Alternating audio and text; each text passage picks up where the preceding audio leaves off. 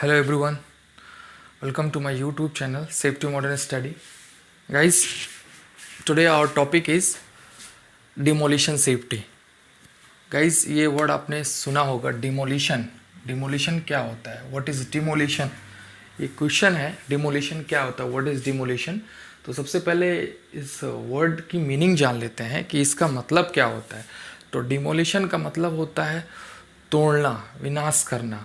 और इसकी डिफिनीशन हमने यहाँ पे लिखी हुई है. तो पहले हम डिफिनीशन को देख लेते हैं. तो today we will talk about demolition safety and here is written definition of demolition, and definition is that demolition means dismantling, razing, destroying or wrecking any building or structure or any part by pre-planned and control methods.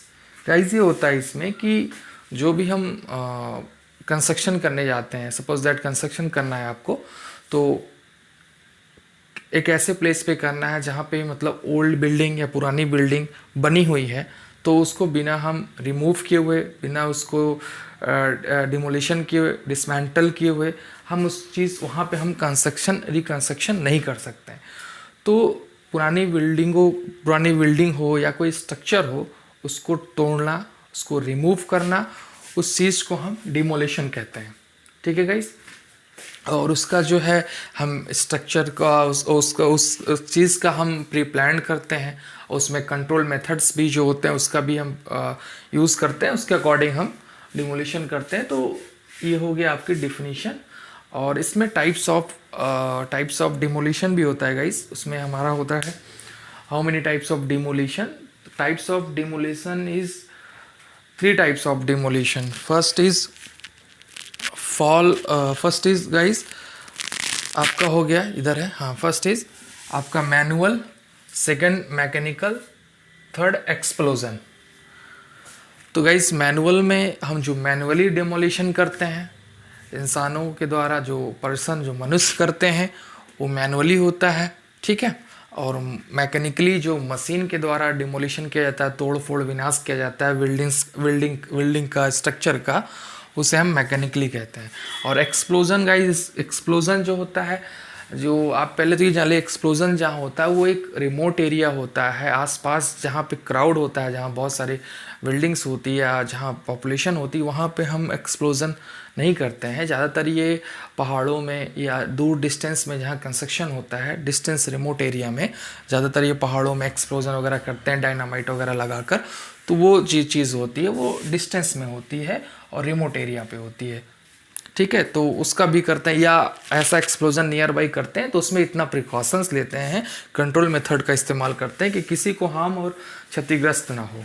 ठीक है. तो guys, ये हो गया explosion, हो गया हमारा manual, हो गया मैकेनिकल, हो गया explosion. There are 3 types of demolition.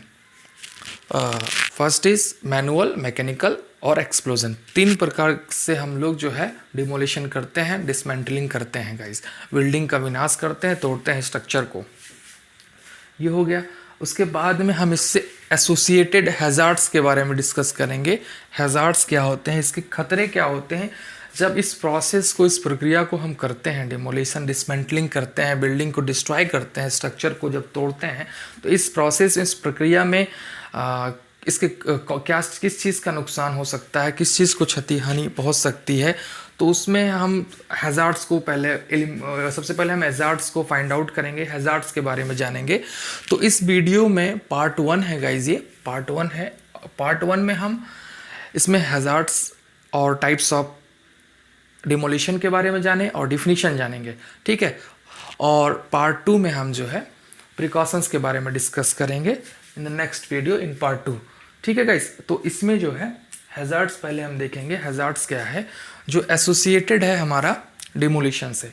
तो पहला हैजार्ड हमने लिखा हुआ है यहाँ पे, फॉल फ्रॉम हाइट और on the same level. Fall from height हो सकते हैं या सेम लेवल पर पर्सन गिर सकता है, स्लिप होकर या ट्रिप होकर, ठोकर लगकर, क्योंकि डिसमेंटलिंग कंडीशन, डिस्ट्रॉय कंडीशन में डिमोलिशन करते वक्त बहुत सारे डेब्रिस होते हैं, मलबे होते हैं, बहुत सारी चीज़ें, ट्रेलिंग केबल फैली होती हैं.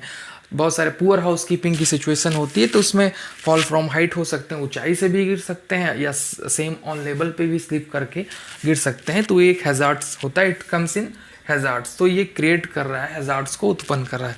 हमारा सेकंड जो होता है फॉलिंग डेब्रिस। डेब्रिस गाइस होता है जो मलबा होता है, जो विनाश करते हैं हम, जो तोड़ फोड़ करते हैं, उसके बाद जो स्ट्रक्चर का जो मलबा निकलता है, जो उसके जो जैसे कि आप ईंट है, उसके सरिया है, स्टील है, बहुत सारी चीज़ें निकलती हैं, तो वो फॉलिंग डेब्रिस, वो ऊंचाई से या कहीं से भी वो फॉल हो सकती है, किसी पर्सन के ऊपर या किसी एरिया में जाके गिर सकती है, जहाँ पे लोगों को हार्म हो सकता है, क्षति हो सकती है, क्षतिग्रस्त हो सकती है, नुकसान पहुँच सकता है। तो फॉलिंग डेब्रिस जो है ये एक हैजार्ड है, ये हमारा सेकंड हैजार्ड है। उसके बाद डस्ट एंड फ्यूम्स, बहुत ज़्यादा डस्ट होता है, फ्यूम्स उसमें जनरेट होता है, उत्पन्न होता है।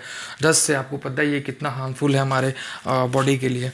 और हमारा फोर्थ है इलेक्ट्रिक शॉक। इलेक्ट्रिक शॉक लग सकता है पर्सन को, जो वहाँ पे वर्कर्स हैं, जो एम्प्लॉइज़ हैं, जो डिमोलिशन के दौरान, उस प्रोसेस, उस प्रक्रिया के दौरान वहाँ पे मौजूद हैं, उनको जो है इलेक्ट्रिक शॉक लग सकता है। प्रोसेस अगर वो सेफ्टी के प्रिकॉशंस के अंतर्गत उसके अकॉर्डिंग काम नहीं करेंगे तो उनको जो है इलेक्ट्रिक शॉक भी लग सकता है। ओवरहेड केबल्स होती हैं, या कहीं पे केबल कटी हुई है, या बहुत सारी सिचुएशन में शॉर्ट सर्किट हो सकता है, जिससे जो है आग भी लगती है। लेकिन यहाँ पे इलेक्ट्रिक शॉक का यही सेंस है कि बहुत सारी सिचुएशन बन सकती है जिससे इलेक्ट्रिक शॉक पर्सन को हो सकता है।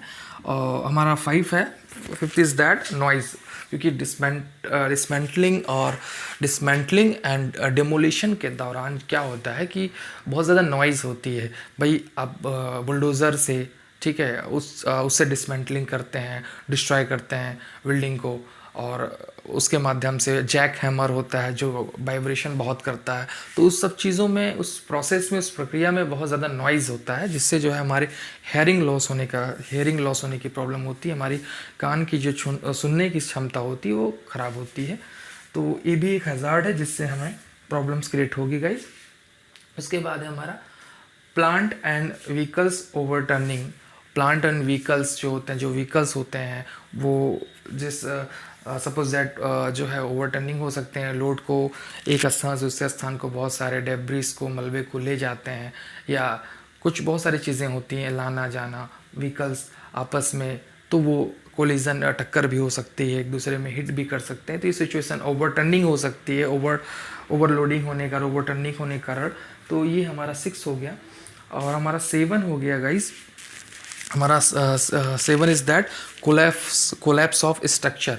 स्ट्रक्चर जो है हमारा कोलैप्स हो सकता है, ढह सकता है, गिर सकता है, अगर सही प्रोसेस से हम डिमोलिशन नहीं करेंगे। एंड है 8 हमारा 8 इज़ दैट हमारा फायर एक्सप्लोजन होने के चांसेस होते हैं। बहुत ऐसी सिचुएशन हो जाती है जिससे हम फायर एक्सप्लोजन भी हो सकता है डिमोलिशन के दौरान।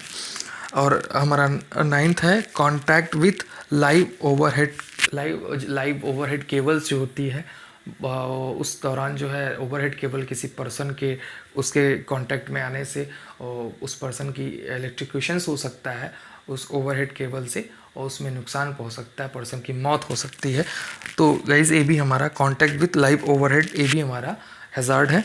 और 10th इज़ दैट वाइब्रेशन, जिससे मैंने अभी बताया कि ऐसी जो है ड्रिलिंग मशीन होता है या जैक हैमर होता है जो बहुत ज़्यादा वाइब्रेशन करता है, जिससे बॉडी में जो है बॉडी की मसल्स लूज़ हो जाती है, बोन जो है मसल्स को छोड़ना शुरू कर देती है, जिसके कारण जो है इंसान को क्रैम्प आता है, बहुत सारी बॉडी में मसल्स में प्रॉब्लम और मसल्स डिसऑर्डर प्रॉब्लम क्रिएट होने शुरू हो जाती है। तो ये वाइब्रेशन भी एक हैज़ार्ड है, तो जिससे जो है हमें प्रॉब्लम और क्षतिग्रस्त होने के चांसेस होते हैं, नुकसान होता है हमारी बॉडी को। तो गाइज़ ये पार्ट 1 आपका कंप्लीटेड है। सेकंड वीडियो में गाइज़ हम प्रिकॉशंस के बारे में जानेंगे। आई थिंक गाइज़ आप लोग को ये वीडियो समझ में आई होगी। Thank you.